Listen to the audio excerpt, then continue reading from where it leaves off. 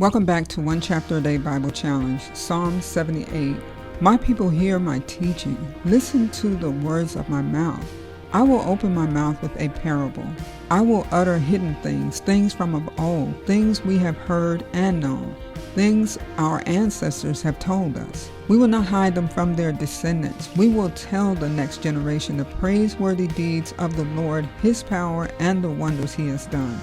He decreed statutes for Jacob and established a law in Israel, which He commanded our ancestors to teach their children, so the next generation would know them, even the children yet to be born, and they in turn would tell their children. Then they would put their trust in God and would not forget His deeds, but would keep His commands. They would not be like their ancestors, a stubborn and rebellious generation, whose hearts were not loyal to God, whose spirits were not faithful to Him. The men of Ephraim, though armed with bows, turned back on the day of battle. They did not keep God's covenant and refused to live by His law. They forgot what He had done, the wonders He had shown them. He did miracles in the sight of their ancestors in the land of Egypt, in the region of Zon. He divided the sea and led them through. He made the water stand up like a wall. He guided them with the cloud by day and with light from the fire all night. He split the rocks in the wilderness and gave them water as abundant as the seas. He brought streams out of a rocky crag and made water flow down like rivers. But they continued to sin against Him, rebelling in the wilderness against the Most High. They willfully put God to the test by demanding the food they craved. They spoke against God. They said, "Can God really spread a table in the wilderness?" True, He struck the rock and water gushed out. Streams flowed abundantly, but can He also give us bread? Can He supply meat for His people? When the Lord heard them, He was furious. His fire broke out against Jacob, and His wrath rose against Israel. For they did not believe in God or trust in His deliverance. Yet He gave a command to the skies above and opened the doors of the heavens. He rained down manna for the people to eat. He gave them the grain of heaven. Human beings ate the bread of angels. He sent them all the food they could eat. He let loose the east wind from the heavens, and by His power made the south wind blow. He rained meat down on them like dust, birds like sand on the seashore. He made them come down inside their camp, all around their tents. They ate till they were gorged.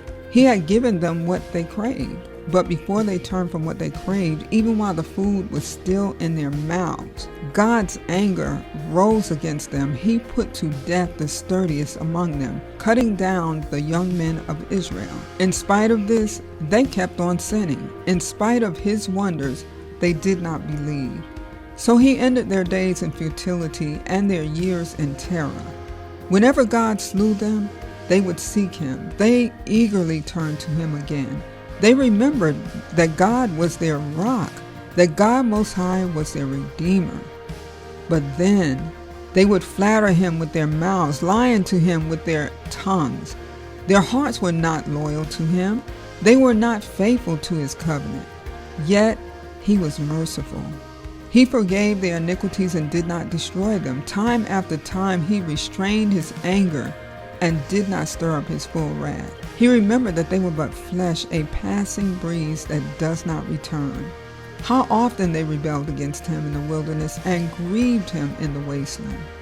Again and again they put God to the test.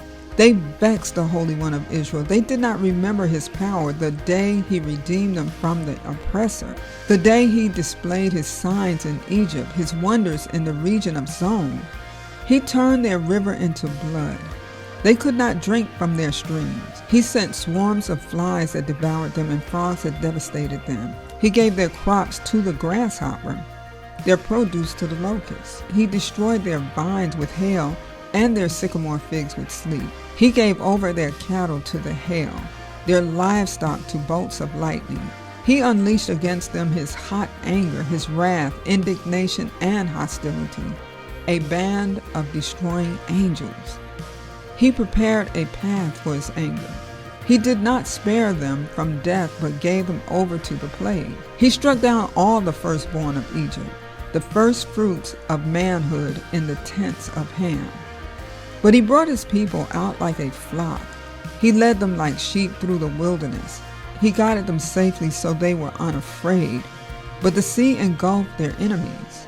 And so he brought them to the border of his holy land, to the hill country his right hand had taken. He drove out nations before them and allotted their lands to them as an inheritance. He settled the tribes of Israel in their homes.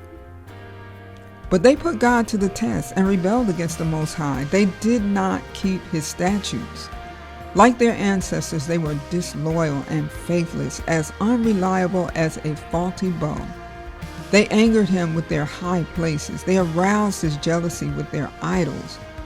When God heard them, he was furious. He rejected Israel completely. He abandoned the tabernacle of Shiloh, the tent he had set up among humans. He sent the ark of his might into captivity, his splendor into the hands of the enemy. He gave his people over to the sword. He was furious with his inheritance. Fire consumed their young men, and their young women had no wedding songs. Their priests were put to the sword, and their widows could not weep.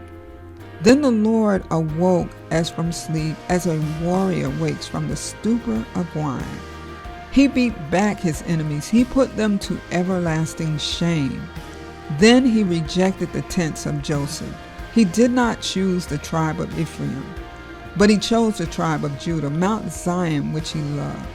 He built his sanctuary like the heights, like the earth that he established forever. He chose David, his servant, and took him from the sheep pens. From tending the sheep, he brought him to be the shepherd of his people Jacob, of Israel, his inheritance. And David shepherded them with integrity of heart. With skillful hands he led them.